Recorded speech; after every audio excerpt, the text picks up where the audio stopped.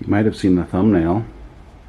I'm guessing you saw the thumbnail. And you might have guessed today's episode is brought to you by CompCams. CompCams.com. We've got a lot of their goodies here, and I want to kind of show you, not everything is here yet, but I want to show you what's going in the car. So I haven't unwrapped everything even yet. I don't want to until it's going on the engine, but here is the BSR shaft rocker system. So if you're looking at shaft rockers for an LS engine, they can get pretty expensive. They can be $2,000-$3,000, and these are not. These are only $600 or something, $650 I think, and they are good for in many cases on a LS engine. You're going to be upgrading the trunnion bushings anyway. It's a common failure point on the factory rockers, so upgrading those is basically necessary in the first place. So you're going to spend at minimum a couple hundred, $250, $300. So why not buy a standalone system that gives you a lot more stability? Billy at Comp has taken these over 9,000 RPMs without failure. We won't be obviously getting close to that unless there's a missed shift or something ridiculous, which we sure don't plan on happening. But I've had these in the ZR1 for 2 years now.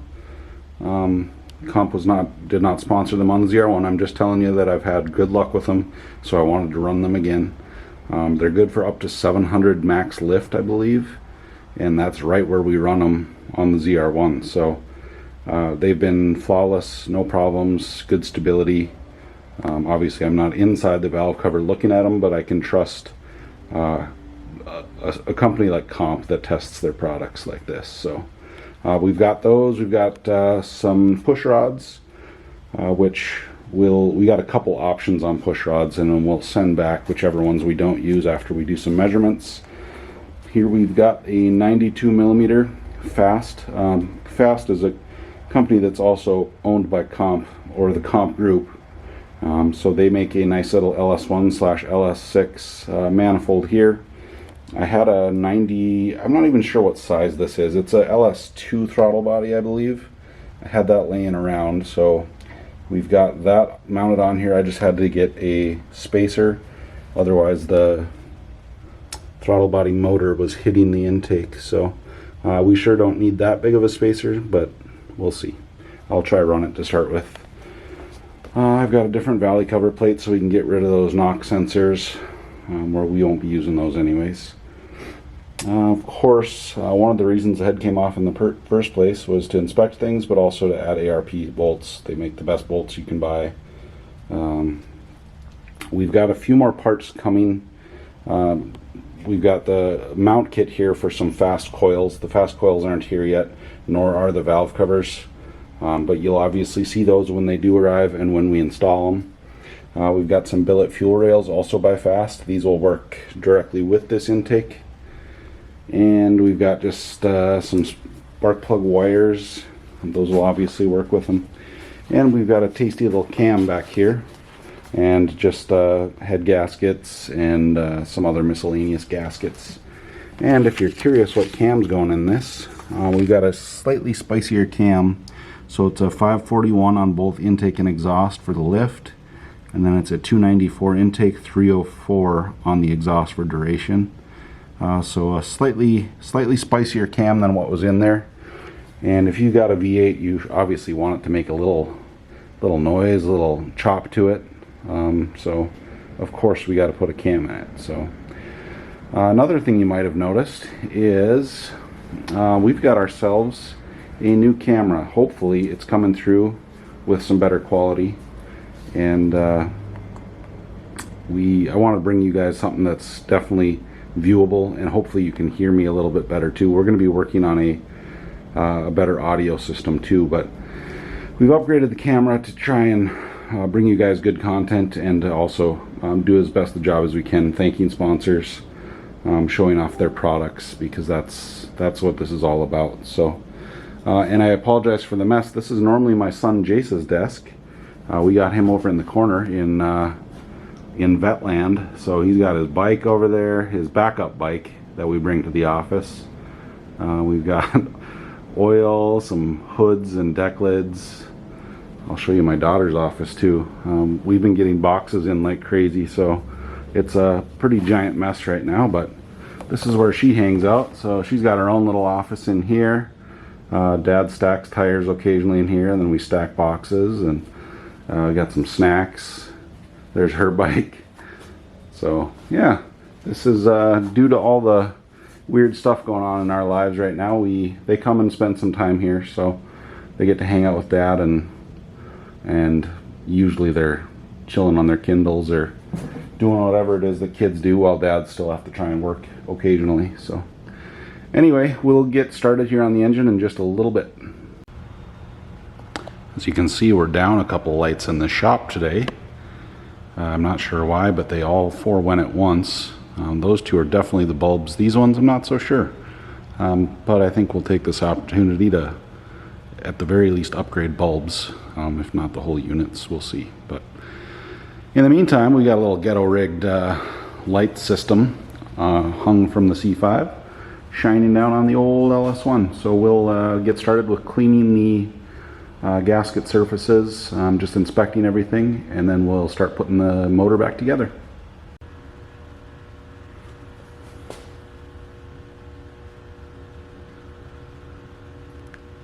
I've been cleaning gasket surfaces for like the last several hours, so I'm not going to bore you, not even with sped up footage of such events, but I will be throwing a cam in pretty soon, and that's kind of fun, so stick around.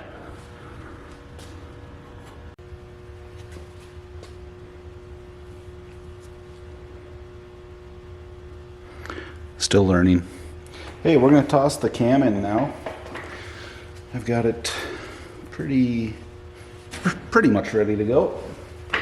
So we'll toss this comp cam in. I don't think we're too pressed for lube, because for a couple reasons. I'll be able to pre-lube it with the external oil pump that we'll be using. So I'm going to be able to prime the whole engine before we get too crazy, but it also feels wrong not to put assembly lube on everything, so we're going to do that anyway. But I'm probably not going to get as carried away as I would if I wasn't able to prime the engine. So I'm going to find some kind of screwdriver or something to shove in here.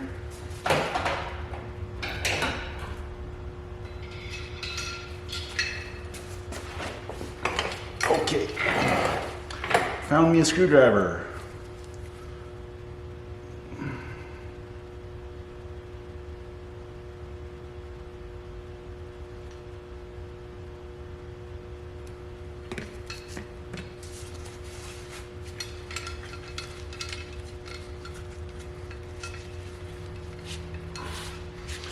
Okay, that was a little light.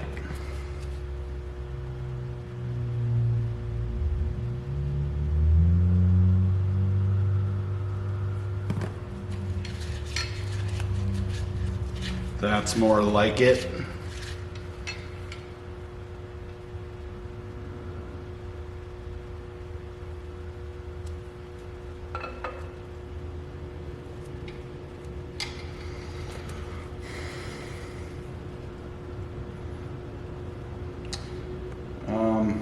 If I was a good dad, I would have some jokes right now to tell you. My daughter tells pretty funny jokes. It's not really my thing. I can't remember them. But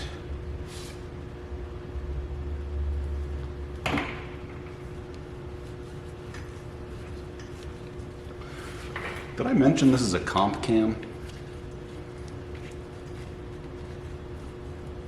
It's really the only place you should buy a cam from, unless you're a ricer. Then you probably, was it Drag Cartel? That's like the big ricer cam place.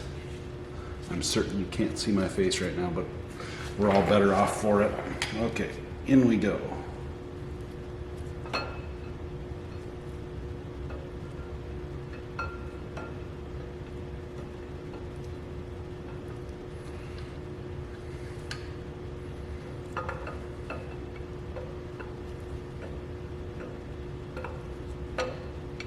In case you're wondering, I'm concentrating very hard.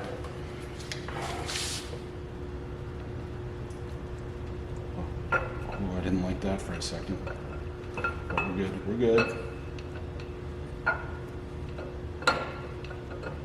Hello? McFly. There we go. So close I can taste it. We in, boys! And I still have the back cover on, so I didn't shove it all the way through, so that's good. Although we will be taking the back cover off. Obviously, I'll be putting a new rear main seal in, and we'll be... I think I have to take that barbell thing out, which I'll show you later. I think I have to take that out for running the dry sump system. My memory's so terrible, I don't remember for sure. But anyway, I've got a cam retainer bolt, or a plate with some bolts. We're gonna throw that on next. And then we will, I guess we'll do lifters and heads. So,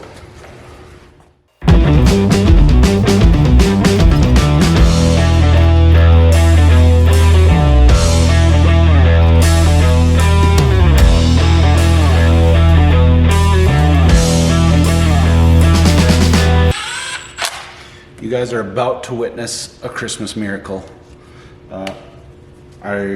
Stuff like this, I probably would torque it, but I got some fancy new Harbor Freight torque wrenches, the Icon ones, so we're gonna give those a shot. And I printed off, this is something you should probably always do if you're building an engine, is find your torque for everything, and then you've got it all printed out. I got 6 pages of torque specs for this engine, and we are looking at camshaft retainer bolts of 18 foot-pounds. So we'll head over to my little 3/8. That doesn't even go below 20. Now I gotta do some math.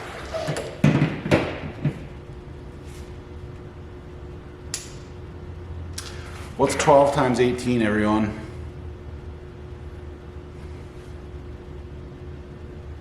It's just over 200, is that right? Oh, don't make me do it. I didn't want to do this. I didn't want to do this, you guys. Especially because I don't even know where my calculator, there it is. 216. Well, this puts me in an awkward position because my 1/4 inch jobber goes to 200. And my 3/8 doesn't go below 20, although we're going to make it go below 20. And we're just going to run that one and assume it'll be fine, because it'll be fine. Ooh, teeth feel nice.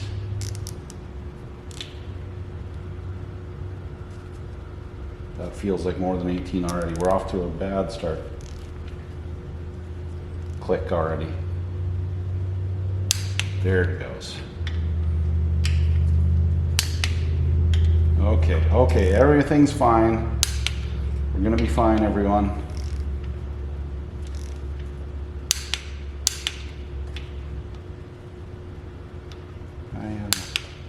I've become a double clicker in my old age. I've usually just double click everything now. I don't know if I feel superior because of it. Okay, I think we will, let's do lifters and heads, because I think I've got those ready to go. LS lifters anyway, they've got a little oiling hole here. On the other side they don't. I always face them the same way, although I can't remember if it makes a difference if they face a certain way in the engine. So I'm going to phone a friend on this one. I don't have the answer to my question yet, but I am going to just put them all facing forward for now, and if that's wrong, we'll flip them around.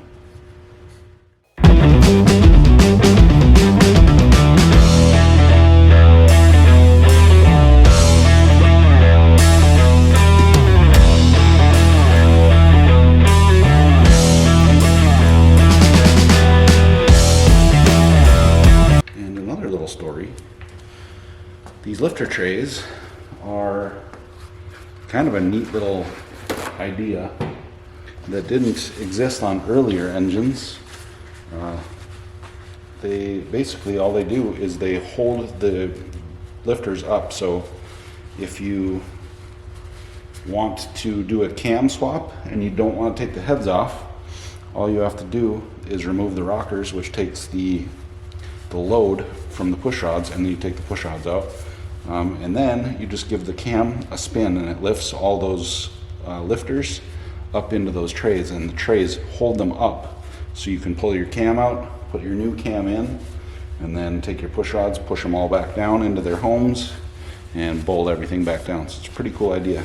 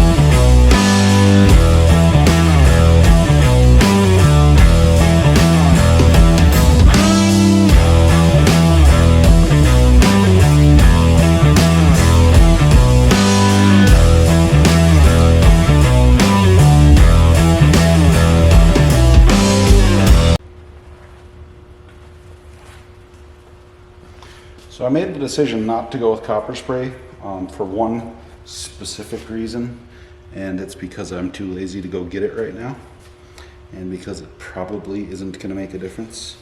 So I got myself a fresh microfiber. I'm going to grab some brake clean, and we're going to clean these surfaces one more time before we slap the gasket and the heads on. In an industry where it seems like factory parts are never good enough and we always upgrade them, stuff like this, the factory stuff's really good. So that's what we're using. You'll also notice they kindly display which side goes to the front, so you really can't get it wrong. Although it's always a good idea to pop them on and make sure all the holes line up where they're supposed to, and it appears like this is going to work. So I'm going to prepare the cylinder head by putting some brake clean. I'm not going to show you, I'm just going to brake clean the surface of that, which I've already cleaned. Actually, I need to blow that thing off with some air first. Like I said in previous videos, we're using ARP stuff. So ARP, widely known as probably the best bolt maker there is. We use their ultra torque lubricant, so you need to put some on the threads, and then you also put some under the head here so that we get accurate torque reading. And you'll also notice that there's a beveled edge on the washer. They only go one way, so you want to make sure you don't get them wrong. Put them on correctly, like so.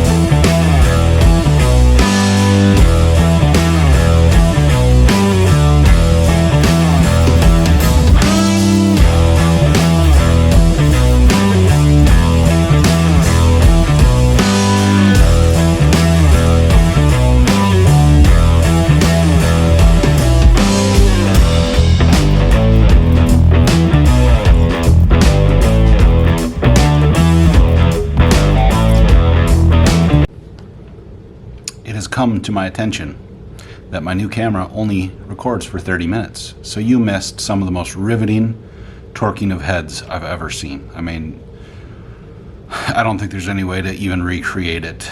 It was magic, and you guys missed it all. I'm really sorry. I don't know what to do. I don't know how I can make it up to you. Hopefully you'll take torquing a valley cover plate down as some consolation, because I didn't have a gasket for that. Otherwise you would have missed that too. So I guess consider yourselves lucky. When we come back, we'll start working on that once I get a valley cover gasket, and then we'll just keep going from there. Thanks again for watching.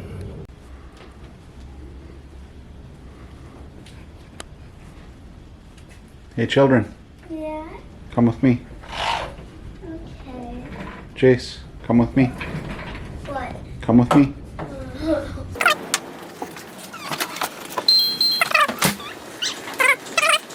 This part, this gasket and this part need to go on the engine. I want you guys to figure out where it goes and put it on. That's Jace. No, the part that Jaylee's holding. That's called a gasket. Trying to find where it would fit. I think I'm on the right track. Maybe.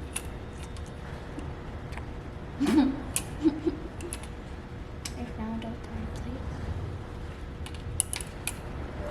place. It doesn't seem quite right there, does it? It's not right, Daddy. Because it's just a little No, longer. just flip it over, sweetie.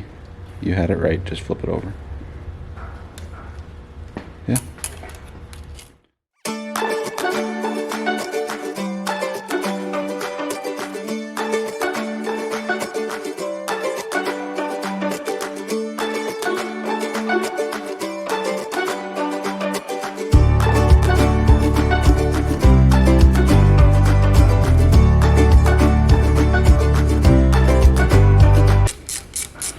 Introduce yourself. What? Say hi. You don't need to dance. Just introduce yourself. Do you know what that means? Yeah. Okay. Introduce yourself.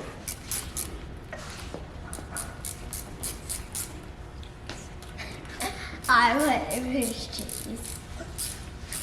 Hi, my name is Jaylee. Can you do a better job? Hi, my name is Jaylee. Okay. Here we go.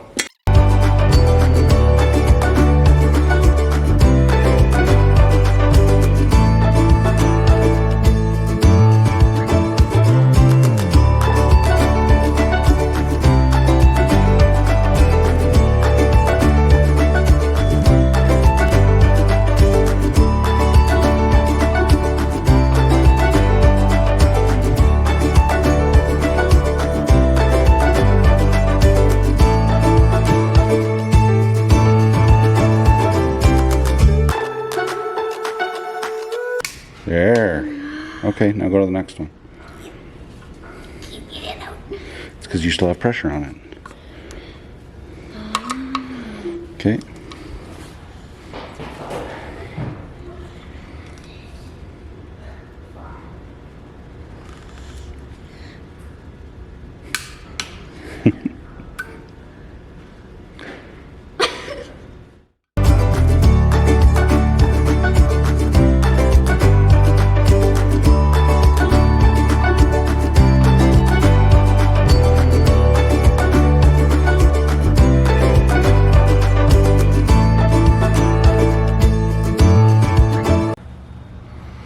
First off, I felt like it was important to get a good clip of my hair.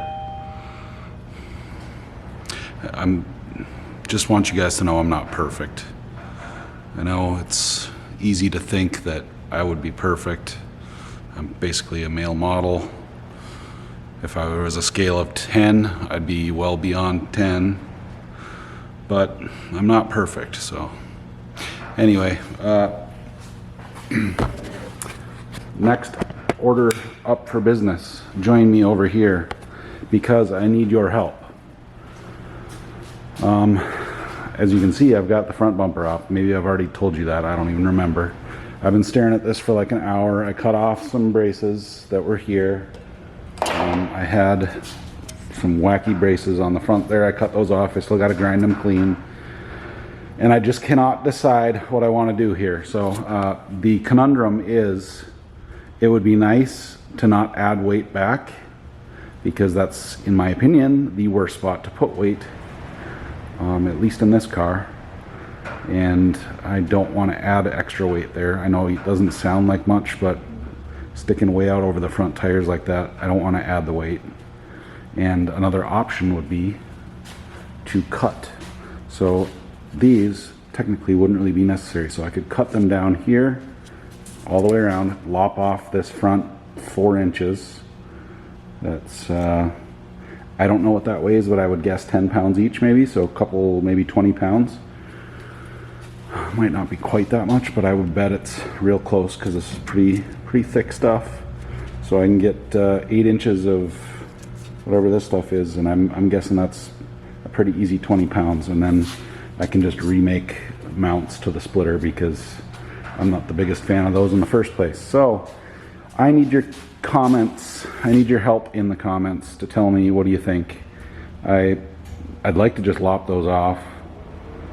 And I guess, in a way, Mr. Barnes even said, once you put the cradle back in, that obviously helps rigidity. So I feel like maybe the very nose of this thing doesn't need a lot more. And I guess we have a little bit here. It's a bit indirect, because I plan to leave this bar and just cut back to where it's welded on. So right now, that's kind of what I'm leaning towards.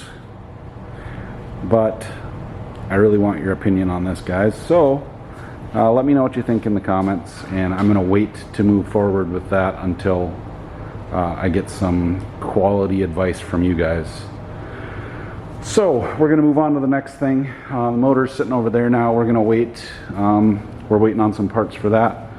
So I think I'm going to get set up, and we're going to get this thing looking a little bit better. I'm going to take this the tin out of this thing, and we're going to Rhino line it and get that just not all grody looking. So that's next. Well, as you might have guessed, I forgot to turn the camera on, but it turned out pretty good. It's still drying a little bit and